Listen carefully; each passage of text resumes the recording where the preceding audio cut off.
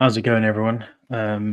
Just thought it'd be a good opportune moment to actually catch up about and have actually more in-depth look at the Israel-Gaza conflict, and see what's actually going on within the region, how that might affect us, and what's actually going on in terms of looking at it from a more political standpoint.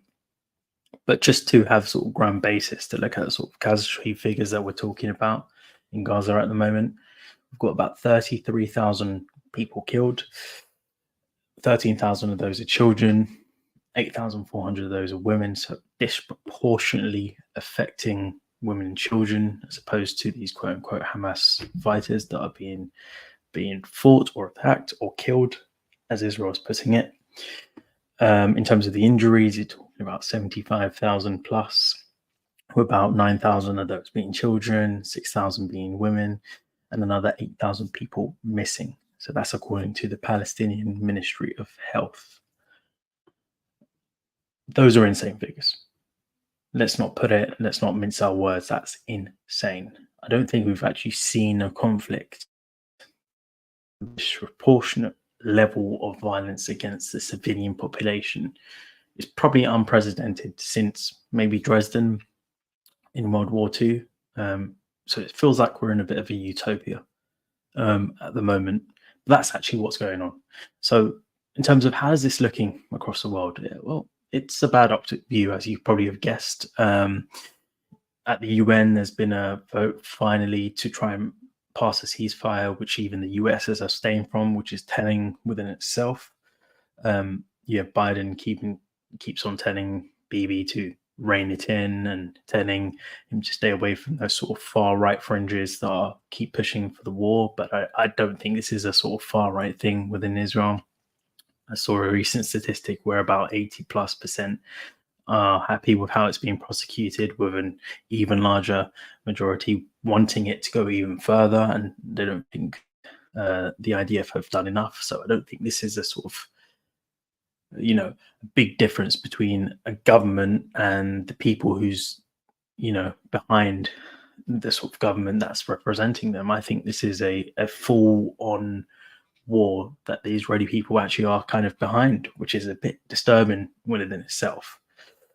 But looking at sort of the conflict figures, how has this been perceived around the world? You're looking at the UN, you've had that vote to push for a ceasefire, with most of the countries condemning Israel for its actions. You have within the region and in the Middle East, you have those sort of Sunni states, which are puppet regimes sort of put in place by the US. You have the Saudis, for example, UAE, Egypt, Jordan. These countries are full of people who don't really like Israel, who are seeing a lot of the images that we are seeing and getting very, very angry, which is an understatement, to be honest, because I think their populations are actually enraged. Same with Turkey, with Erdogan as well. These population centers are really enraged, and it's only a given amount of time that this can continue without sort of seeing some type of retaliation for these governments, because the autocracies in Egypt or in Saudi Arabia want to make peace with Israel, but in reality, the people don't really want to see a peace with Israel until there's some sort of state established for Palestine. So that could be something that could explode at any moment. You're also looking at Iran in itself and its proxies. So you have Iran, Hezbollah. You're looking at the Houthis, the Iraqi militias, the Syrian militias, etc. So you're seeing a whole convolution of all these sort of regional actors that really aren't too happy with Israel. And there's been tit for tat on the northern border with Hezbollah. You've also had Houthis attacking ships in the Red Sea. You've had the Iraqi strikes from the US and back from sort of Iran-backed militias. So you've had all of that going on. And then you take a look at the US. You look at the US, and the US has actually had a big change in how the public is perceiving, with actually a majority of people wanting a ceasefire as opposed to continue prosecuting this war. On the left, you have a big problem where Biden's numbers are like tanking to almost historic lows just because of this conflict and a few other things, including his senility as well. But you take a look at how this conflict has affected the perception of especially Democrats, who are more pro-Palestine, who are against the settlement expansions, who are against the annexation, the Gaza blockade. They're against the apartheid state, which is Israel. And then you also have on the right, which has been a bit interesting, you have a lot of people who are sort of anti-interventionist. You have this all two different schools. You have the neocon Republicans, which a commentator could be like Ben Shapiro, for example. That would be a great example. And then from the other side, it would be someone like a Tucker Carlson. And we saw it quite interestingly with Candace Owens as well, being fired from the Daily Wire for those particular views. So there's been a bit of a schism in how the right perceives Israel. So it's kind of on a ticking time bomb. And this is actually despite all the, AIPAC money, the Israeli lobby, the sort of Fox News, Rupert Murdoch institutions, Daily Wire, Breitbart, etc. Despite that, there's still been quite a lot of criticism from the right on how Israel is prosecuting this war, which is interesting within itself. So I think Israel is on a ticking time bomb.